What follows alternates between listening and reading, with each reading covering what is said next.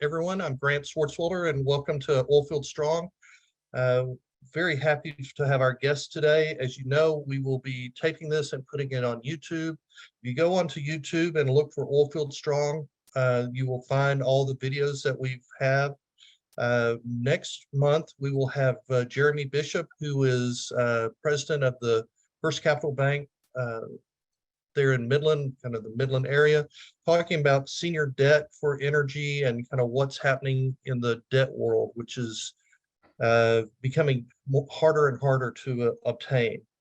So but with all that being said, I am excited to have Sarah Stogner, who I've complimented that I thought OTA did quite a bit on LinkedIn, but I think she beats us because every time I go on LinkedIn, there's some video or something on. And her background, while I'm a good Aggie, I will say that she's a LSU Tiger 2 times over, I guess, bachelor's in international trade and then law, practicing lawyer, and then has kind of become, I guess you still do law, and I'm going to ask kind of what you're doing now, but it's also kind of taking off on some other areas from cannabis to obviously the energy world that we're talking about. So welcome, and I appreciate your time. So, Thanks, Grant. So let's start with that, in that I see you having kind of in a way, an activist role in environmental type things, but you're doing how do I describe what you are and what you're trying to do? I'm the unicorn, don't you know? I do know because I see all the LinkedIn. Yeah, I'm still a lawyer. I still represent operators and service companies. I had my weekly call with one of my clients this morning talking about master service agreements, where we are in negotiations. That's really where I started. So I graduated from LSU Law School in 2008, went to work for a big firm, went to a smaller firm, and then finally went out on my own in 2020. And really in the middle of the pandemic, because I saw a need to have legal services that were not billed by the hour or on contingency fee. And so I represent a lot of smaller operators, smaller service companies who are just out there trying to do the right thing, trying to bring energy to the world and get paid and get insurance and live their lives and go on. And so I started my own firm so that I could do some alternative billing where, I have less clients, kind of like a gym membership. They pay me every month, whether they use me or not. And most of them use me profusely. But what I try to do is help them avoid, if you can. Usually people don't want to call their lawyers because they know that as soon as they call them, that clock starts ticking and they're billing in 6-minute increments, right? And so they think, oh, it's not that big of a deal, I'll handle it. And so what I enjoy doing is the preventative stuff at the front end is like, hey, send me that letter, let me read it over so you don't say anything stupid. And I like avoiding problems because those of us that are in the industry know when you've got a frac fleet out there and $50 million of equipment and a hydraulic hose busts and there's some sort of static electricity and it sparks, who's at fault, right? Like these are the types of, now you've got a huge fire, somebody's hopefully not injured, but if people die, right? Like things happen. And one of the problems with the law is that it doesn't matter how much money is in dispute, the complexity of the legal issues. And so, when you have really like thousands of invoices on an AFE that you're trying to prove up to an insurance company to get paid, or you're negotiating a contract and it's like, well, look, guys, this is what we're providing, what's fair. And so I really do enjoy helping people. My slogan is innovative counsel for today's modern business realities, because we are in a very fast pace and I can get more done. Unfortunately, I can get more done by tweeting that someone hasn't paid their bill than I can by the client spending thousands of dollars to go file a lien and then have to pursue that, right? I've kind of made a living of calling out the assholes and standing up for the good guys. So, and then my life really changed in the summer of 2021 when I moved out onto this cattle ranch that I'm out now. And 10 days after living here, an old plug well that Chevron had plugged in the 1990s came unplugged and was flowing 10-pound brine at surface. And I had represented a large operator in the past in an insurance coverage dispute with their well control insurance company. And one of our issues was that the client had spent about $9 million on calcium chloride to weight up fluid to inject and to try to kill, the system that was out of control in a CO2 flood. And so I knew that they were waiting, they'd spent $9 million to weight water to get it to this weight. And now it was naturally occurring out of the ground, out of a well that was supposed to be plugged, and thought, okay, I know, I'm not an engineer, but I know that enough to know that this is very bad.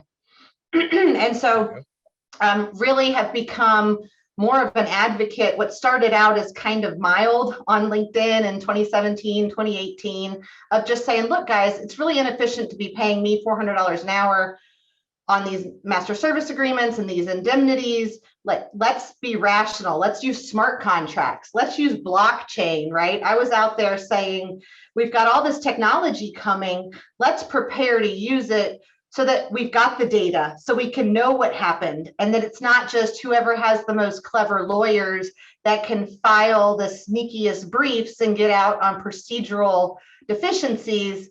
Like, that's just, right, abusing the system. So that's a little bit about me and what I do. So one of the areas, I know you ran for Railroad Commission, you have a lot of interest in the oil industry because of your clients and all, but clearly you're making a reputation for yourself on the environmental side and kind of calling out what you, I believe, would say are bad actors or bad situations. What are you trying to achieve? What's the end goal on all of this? The end goal is to have a healthy, vibrant oil and gas industry. I think a lot of people don't realize that when they first see me. They call me stuffing box Karen, and, oh, you're just some left-wing nut job and all this stuff. And it's like, look, guys, I understand as an industry, right? We have been really bad at explaining to the world what we do and why they need us, because we all understand that modern day life relies on hydrocarbons. And so we've had this kind of bravado about us that was, we don't really care if you like us. We know that you need us. We're indispensable. Like, what are you going to do? Well, that doesn't work anymore. We are under attack, right? We have now politicians and companies that 10 years ago, everyone was saying, oh, climate change is a hoax. We're, whatever. And now everyone's going, oh, yes, we need to sequester carbon, and we're going to get credits, and we're going to put solar in places where we don't need electricity, and we're never going to drill over here. And it's just absolute insanity on all levels from both sides of politicians. And so I'm just trying to bring a voice of reason and knowledge, because at the end of the day, I keep saying this, there is no such thing as green energy. All forms of energy have costs and benefits. And shocker, but hey, maybe what we should be doing is we all have a few solar panels on our house. If you're in someplace windy, you have a wind turbine on the back of your fence. And when, like today in West Texas, the wind's blowing, you've got a little battery tank and you run your washer and dryer. But no one wants to talk about consumption, right? Like the demand, we keep increasing on demand. We're at 9 billion people on Earth. Demand's not going anywhere. How do we provide it? Okay, so natural gas is a great way to provide energy, right? We need hydrocarbons. You've got people, celebrities criticizing our industry on their private jets. Like, are you going to run your private jets on solar? No, I don't think so. So I understand, right, modern day reality, but I also understand that for years and years, those of us in the industry have, and I didn't realize it until I moved out onto this ranch, we have a Ponzi scheme going. And the Ponzi scheme is, we have, no one actually truly accounts for the accurate costs of retiring these assets. So, we drill them up, we prove them, we develop them, and then we flip them. And private equity, right? And I think especially kind of where we as an industry went wrong was with the private equity guys in the 80s, when you stopped having boots on the ground making decisions based on operational reality and having to show up and see your neighbor at church on Sunday, and you work in the oil fields together during the week and you run cattle on the weekends, and it's a community and we help each other out. That went by the wayside to the all great mighty dollar. And everyone's worried on their lease operating expenses, their capital expenditure budgets. You've got, right? I have a friend who's a geologist, and she said she was at a super major. She went upstairs to go talk to her boss one day about some mechanical integrity issues that she was worried about in a field. She told him she needed about $15 million in the next budget to account for the problems that she was seeing. And he told her, that's not going to happen. You need to get creative in figuring out something else. She was really frustrated. And on her way downstairs, she said she took the stairs instead of the elevator because she wanted to blow off some steam. There was a corporate safety police who gave her an internal safety ticket for not having 3 points of contact on the stairs. And she quit because she said, this safety culture that we've come up with is, they're missing the forest for the trees, right? It's, yes, everyone wants to make sure that everyone goes home with all their fingers and toes, but when you're more worried about your steel-toed boots than you are about subsurface crossflow, right? We've got our priorities out of whack. And so I'm really trying to bring some sanity back into government, and I'm trying to give people in industry the courage to speak up for what's right, because it's one of those, when we see something, if we don't say something and step up, our grandkids are going to have to clean up our mess. And what I've realized in the past 2 years of living in the Permian is we have significant mechanical integrity issues that we've known about. When I was in AADE seminars 10 years ago talking about well casing designs, and they were talking about 4 and 5 string casing designs to get through these shallow flows. No one was talking about, well, why could we use a 3-string or 2-string design 10 years ago in the same exact field, and now we need 4 or 5 strings? No one was addressing the underlying root cause of we've lost mechanical integrity and we have shallow subsurface crossflow, because they realize what that really means of, bringing pressures down and having to shut in entire fields.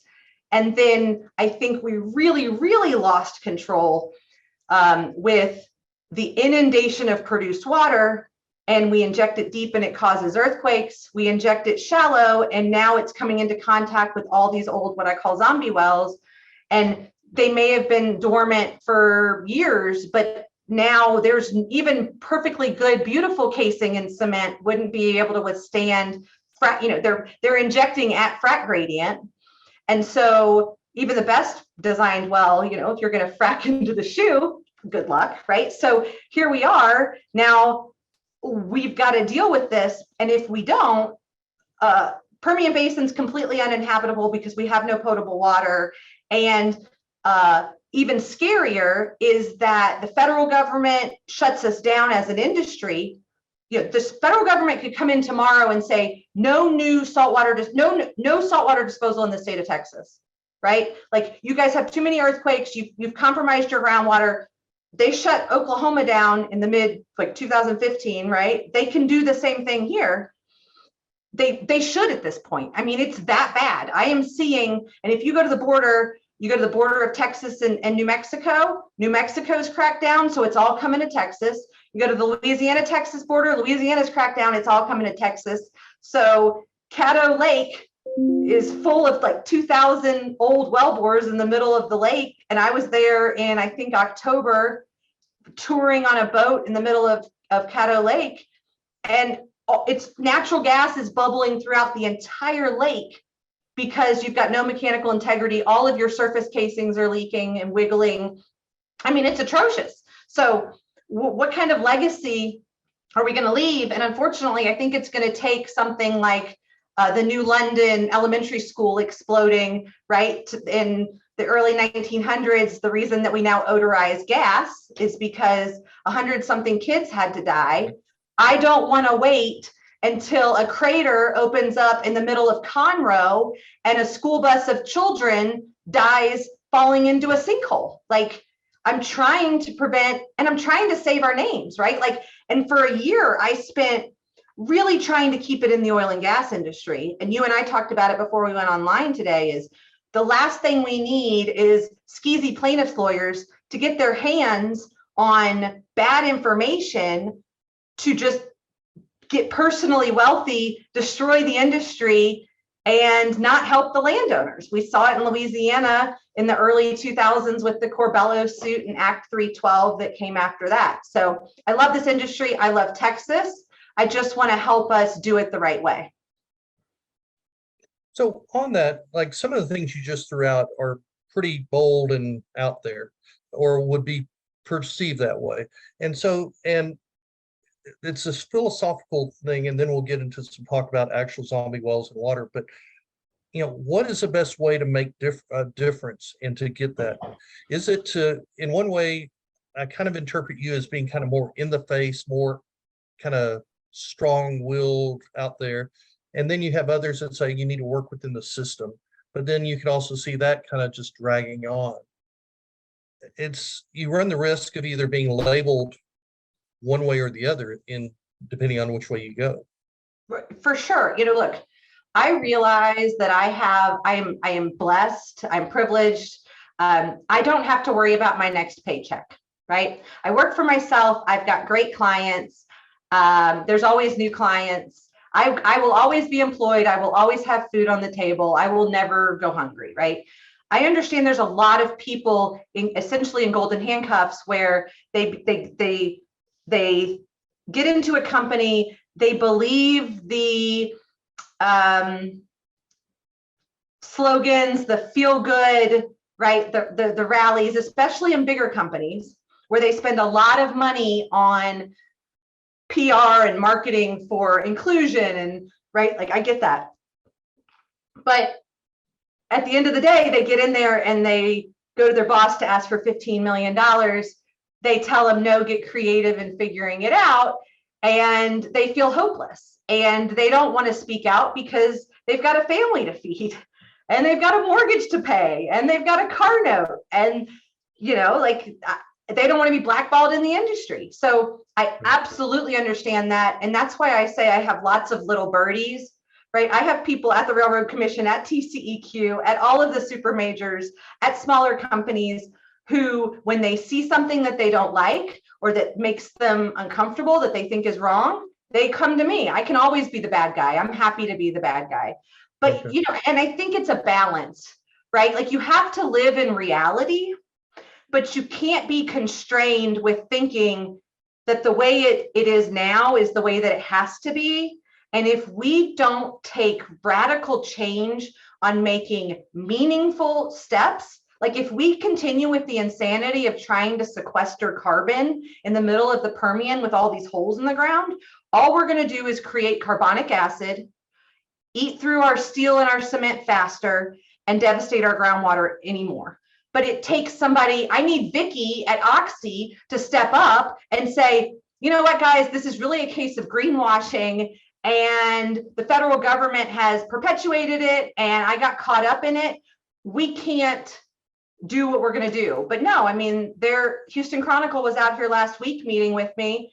Oxy's doing a CO2 pull from the atmosphere in Crane over here. Huge. Right next to this.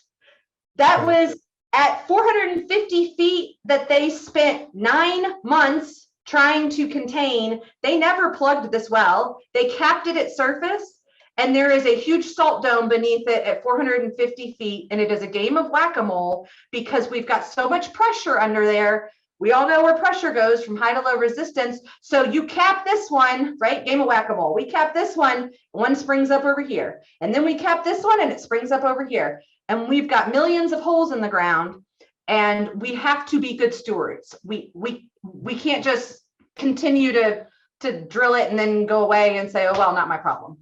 Let's talk about disposal water and produced water, because OTA, my company, focuses more on emissions, but I've always been more worried actually about what's happening underneath the ground where you can't see. And it does seem interesting that there's no data on how much water we're producing, how we're tracking that. Um, can you give a kind of some insight as to what you're seeing? And you gave examples, but maybe more macro or general on what's happening from a produced water and a disposal water, that ecosystem. What's happening is we have all the oil and gas we will ever need for the next 200 years in the Permian. When we frack, we're only getting about 9%. We know that we've got an average of a 6-to-1 water to oil ratio. We produced 111 barrels in, I think it was February or March, one of those last months that I had numbers for. So if we estimate 666 million barrels of water a month, and that's probably underreporting because everyone underreports. And I can tell you from some of the more field-wide research I've been doing personally, people are lying, right? Like if you've got an injection well that happens to have its the surface pressure is exactly 600 PSI for 32 years, probably something going on. If and you know what happens, and we see that with data that we get from the different, where there's like the same number of components for 5 years, or the same flaring, and that always raises a flag because right, nothing stays static. right. So what we're seeing is, you know, illegal, basically old water floods that they're not actually water flooding. There's no pattern anymore. There's just some random, they're using those for SWDs now, non-commercial, on lease. They're illegally running flow lines across the surface because no one can tell where the flow lines are going. They're dumping it into ditches, right? I mean, like, it's going everywhere. And we have a problem. And we continue to inject out here into the San Andreas that is overpressurized at 2,600 feet. And all of these wells are in communication with that. And then, you know, we never properly cemented our production string. So you've got the top of cement in your production string at 1,800 feet. You've got other formations that have fluids in them and get naturally occurring gas that's all allowed to commingle behind pipe. And they're working their ways up. And unfortunately, what I've learned in the past 6 months from excavating 100 plugged wells is that it may look fine at surface, but as soon as you dig down a few feet, the surface casing is rotten and it's actively leaking just below ground. And so I thought maybe, I don't know, 25% would be leaking, you know, when I first started based on what I was seeing on surface in this particular area. And I've excavated nearly 100 wells, and I have not found one that I think is actually properly plugged below ground. But is it that it's not plugged right, or is it simply that you've got corrosive fluid sitting there attacking the metal? And it could be both. I think it's both, right? I think when they drilled them, a lot of these wells, when they drilled them in the 40s and 50s, right? Then when they operated them, they didn't operate them properly. They didn't have, you know, they were injecting dirty water, which made the field sour. These were naturally sweet fields. Now we've got sour gas. Now we've got H2S mixed in there, which is more corrosive. And then failing to, you know, use corrosion inhibitors and all of the things, no cathodic protection.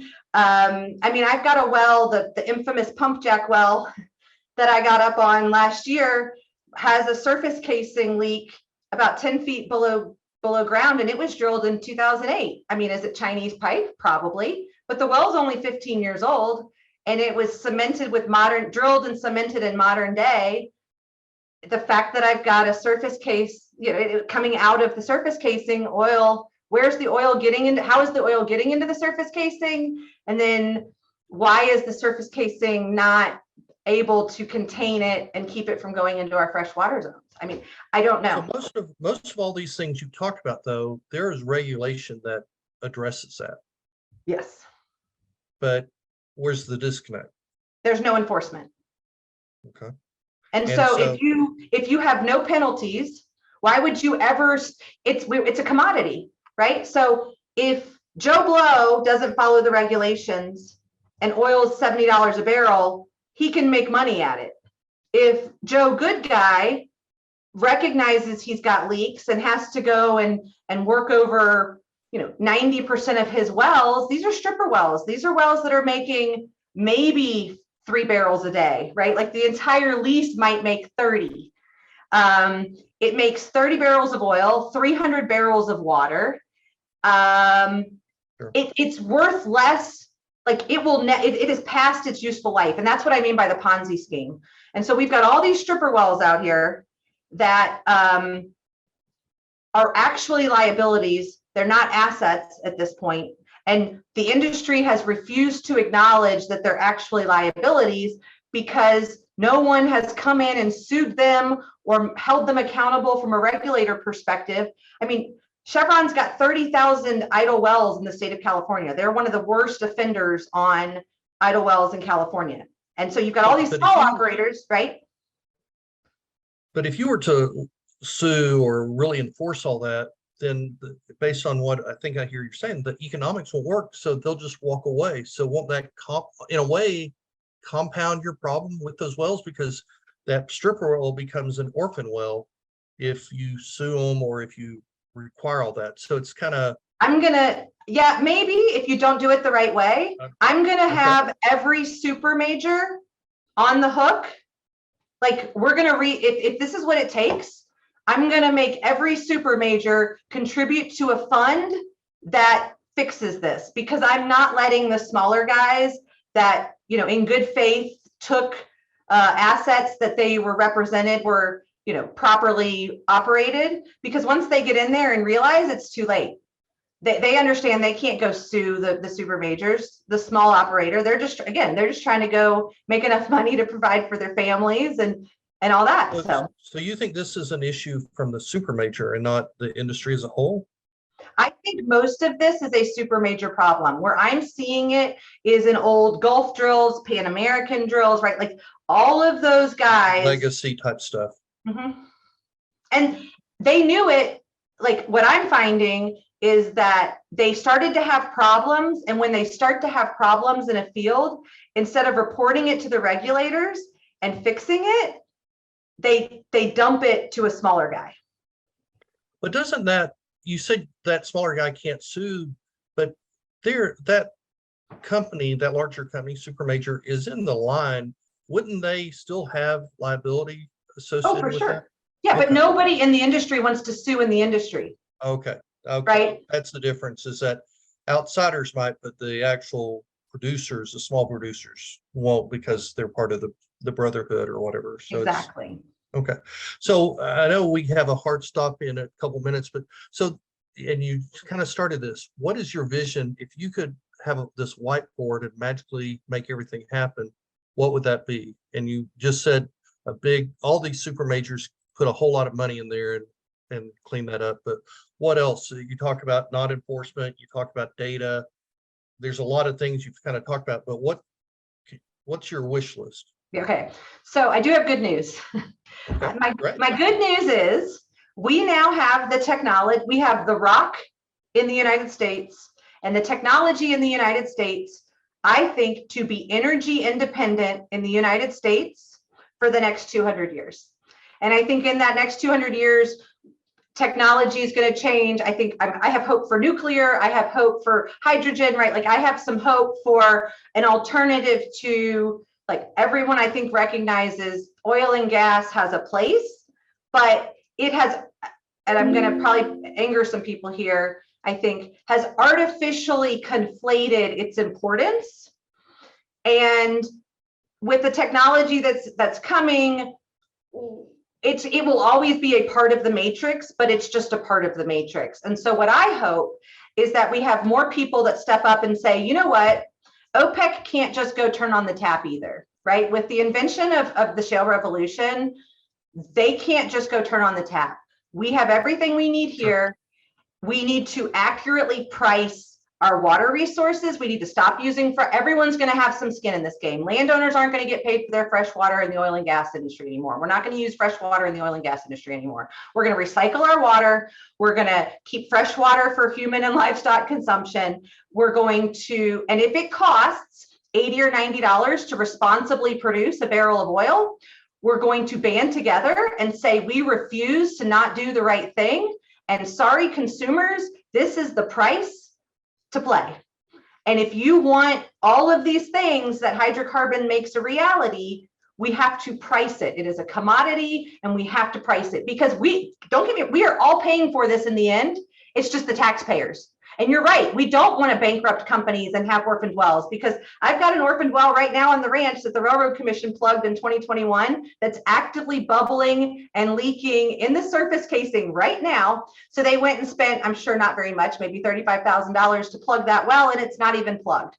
So it was a complete waste of money, and it didn't even get done the right way. So what I need is the engineers, the geologists, the technical people to not sign off on not doing the right thing. And I'm hopeful that we're getting there, because I'll tell you what, I've seen a whole lot more pulling units around me lately.